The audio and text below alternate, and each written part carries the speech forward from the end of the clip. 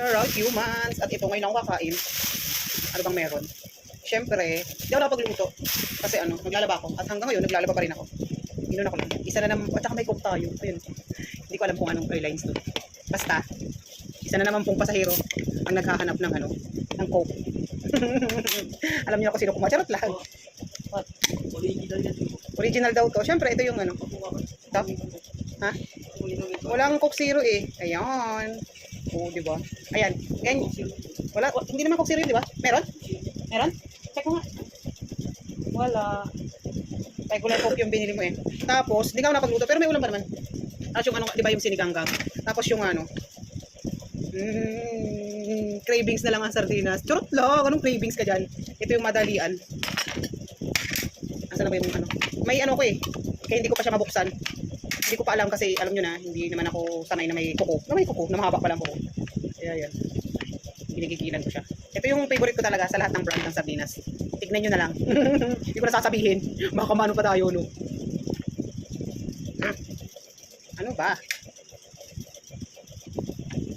Ewan ko, dati ako nito eh, yung tinikman ko lahat ng klase ng sardinas, kung apat ang laman niya.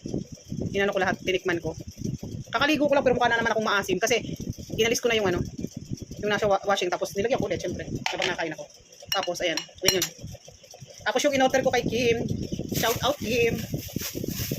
Yung kapitbahay ko dito. Yung mga taga pastry bumili kayo nito. Masarap to. Lagi ko itong in-order tsaka yung tofu sisig masarap siya maganon. Ito 60 pesos lang. Ayun. Lumpiang sariwa siya. Ayan. Ayan. Ang sarap dito gumawa ni Kim. Sarap niya gumawa ng sauce. Tumna tayo ko. Matabak na naman.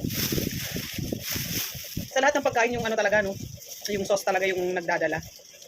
Si Adam kumain na nito.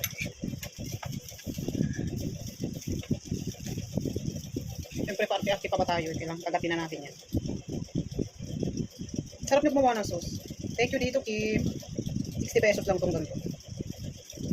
Bigay ko na lang dito sa sobra eh. Yung mga taga-pastry dyan, taga-phase 1, phase 2, phase 3. Bumili na kayo. Taas na naman ako ng paa. Gusto mo ba ng coke, Dad? Taas na may kutsara. Kao na.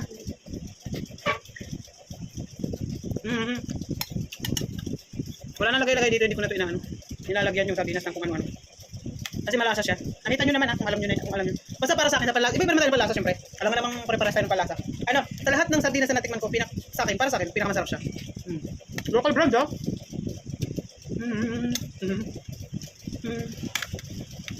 Alam niyo na kung ito premium. Meron din itong bonus pack parang ganun. Bumili rin ako. Pero red. May red nito sa green. Halos laging sold out sa market.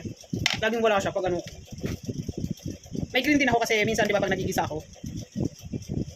Tapos na natin yung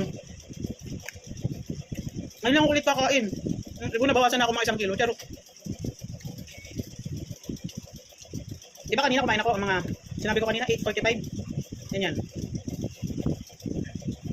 Kasi na ulit kakain. Sobrang fresh. Mas fresh pa siya sa lola mo. Pero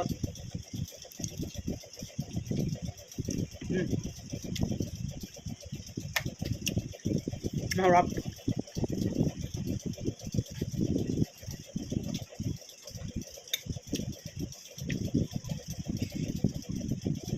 Magluluto sana ako kaso syempre wala na akong oras. Dami ko nang nilalaban. Natira pa pala nito kanina. Hindi ka kumain nito na? Yung maoil oh. Gusto mo yan Coke? Ayan oh. Panin mo na. Sabi naman kasi ni Dr. Kiliman, shout out Kiliman. Pwede ka daw mag-Coke. Mag-Coke isang beses lang sa isang linggo. Isang ganun lang sa isang linggo. Ilang email nga yan 320. 250 nga lang ang nire-require niya eh. Ako hindi ako pala Coke. Hindi ako nasa Coke eh. Kasi nga ayoko sa malalamig. Gawa nga ng ngipin ko nagingiluhan. Mas gusto ko mainit kaso ngayon sobrang sobrang init.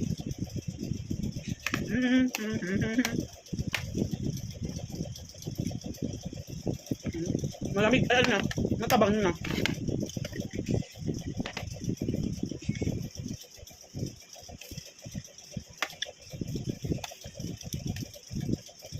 Dyan pinapak lang to.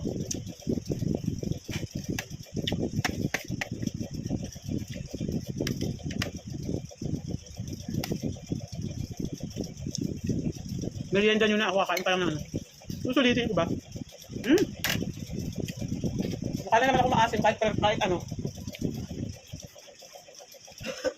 Kahit kakaligo lang.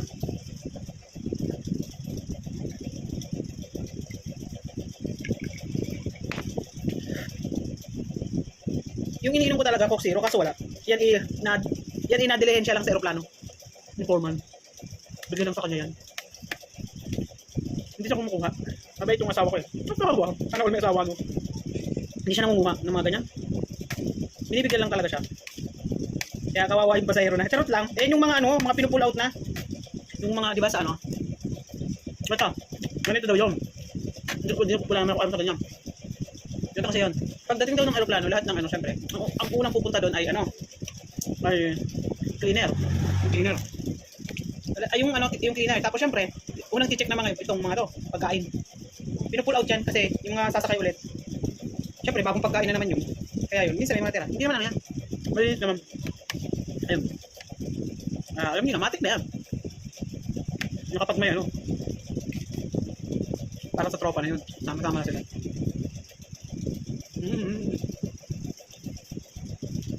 May chinchay. Yan no. Parang pansit tukim ah. May chinchay.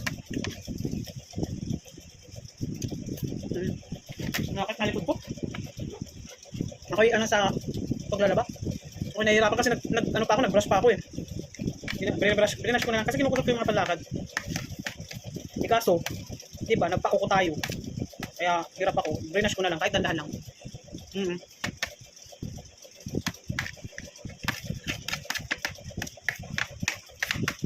Merienda nyo na Merienda na ng lahat. Tapos ako, pa lang. Papayat na ako ng 1 kilo. Umayat na lang 1 kilo, no? Binawi naman. Harap. Yun talaga hirap gawin, no? Yung papayat. Kasi kailangan, lahat naman ng diet na subukan ko na. Ang dami ko ng diet na ginawa. Lalo na nung way back, 6 years ago, bago kami kasal ni Foreman.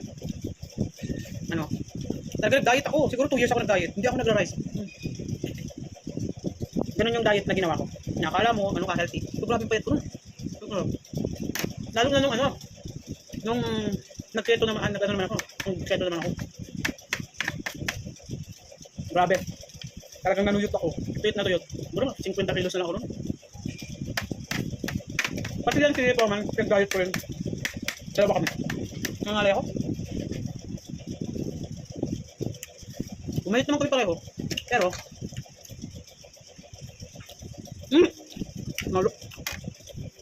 tumulog sa binti ko mataba. Umayot naman kami pareho. Kaya lang, hindi ba talaga bagay? Dapat talaga yung tao, Depende yun sa natin, no? Sa gusto natin.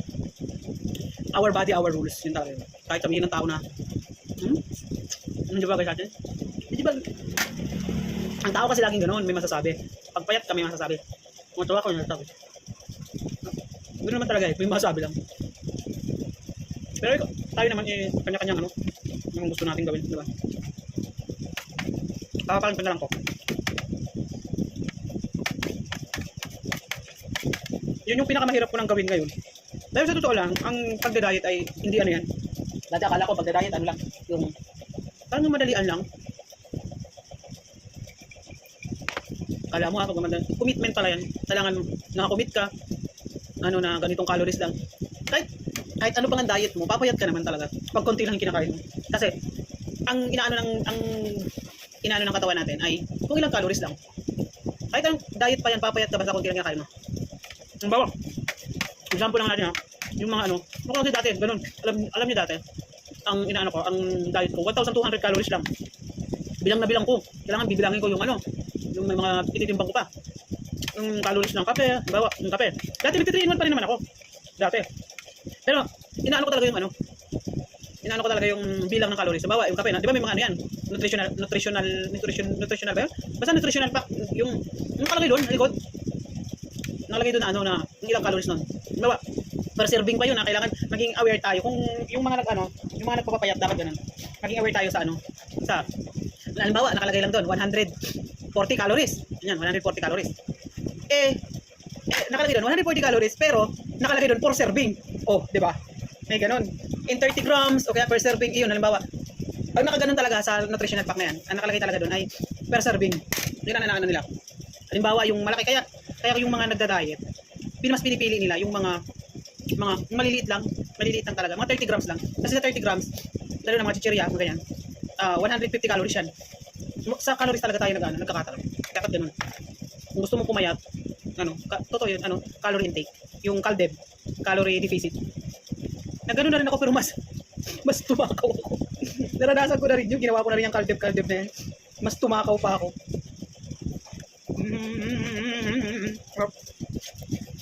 Mas matakaw pa rin ako pag ano. Pag ano naman, pag low carb naman, strict talaga. Bawal ang gawa sa harina, bawal ang flour, lahat, napakadaming bawal. Focus, pasta, kanin, lahat, bawal. Dami, root crops, yung mga balinghoy, kamote, gabi, lahat, bawal. Napakadaming bawal. Kaya parang, may nanonood ako ng ano may pina-follow ako na ano. Siguro American yata yun. American niya. The chef yata, the chef. Yan. Basta yun. Ano siya, sabi niya, dapat daw, hindi daw totoo na tataba ka sa isang chocolate. Totoo naman yun. Hindi tayo tataba sa isang chocolate. Pero, pataba tayo, kinain mo isang buong tulad ng binigay kay Adam. Tataba ka lang. Hindi daw totoo na tataba kasi isang hamburger sa mga fast food. Tsaka, ang inaano niya, wala daw pangit na pagkain. Yung parang, sinner food ang tawag nila doon, yung mga kasalanang pagkain. Alam mo yun? Yung mga bad food daw, mga bad food na tulad ng tulad dito, soda, ng mga burger, mga pasta. Hindi daw totoo yun. Sabi niya, hindi daw totoo yun. Wala, scientific lang niya, parang mga lang niya. Siguro, kaya na tinuturo yun, kasi syempre, na-research na rin. Sabi niya, lang daw yun, hindi daw totoo na bad daw yun. Bakit kakainin ng tao kung bad, di ba? Kung araw-araw ka, ang sinasabi niya, okay lang kumain, pero wag mong araw-arawin. Ganun naman ang sabi niya. Hindi totoo na masamang pagkain. Walang masamang pagkain. Depende na lang sa atin. Tayo kasi tayo, yung wala tayong control. Kahit ako sa sarili ko, ako nga, hindi ko na control, di ba? Ako nga, lang ako. Siguro, tumataba ako dati, hanggang 60 lang. Mataba naman talaga ako before. Pero napapayat ako, tapos hindi ko na namalayan. Tumaba na ako hanggang sa 60 kilos ako. Diba? Nami-maintain ko lang 55 kilo. Nung tumaba ulit ako, naging 55, 57. Ayan, buwan-buwan tumataas. Hanggang nagising na lang ako one day, after 3 years, 75 kilos na ako. So far, ngayon, medyo nag-ano ko sa calorie intake ko. So ngayon, siguro 70 kilo. Nakapag-lose din naman no. Siguro in past 6 months, nakapag-lose naman ako ng 5 kilo. Tagal no? Pero kung tagal, up and down. Depende sa kinakain kasi. Yan kasi mga karne, taas ng calories, chef, di ba masarap yun? Pero hindi kami halos nagkakarne sa bahay. Dito kasi, pinag-diet nga si Foreman. Kasi may siya. May findings. Sa sobrang ding katakawan, may findings. Ayun, tapos na ako kumain. Balik na naman sa trabaho. Ang sarap ng tulog ni Foreman. Hindi siya naka-aircon, lang siya. Naka-electric fan. Pero binuksan ko yung nagpusan yung hangin. Tiniklop ko muna yung bahay namin sa taas. Yung kwarto.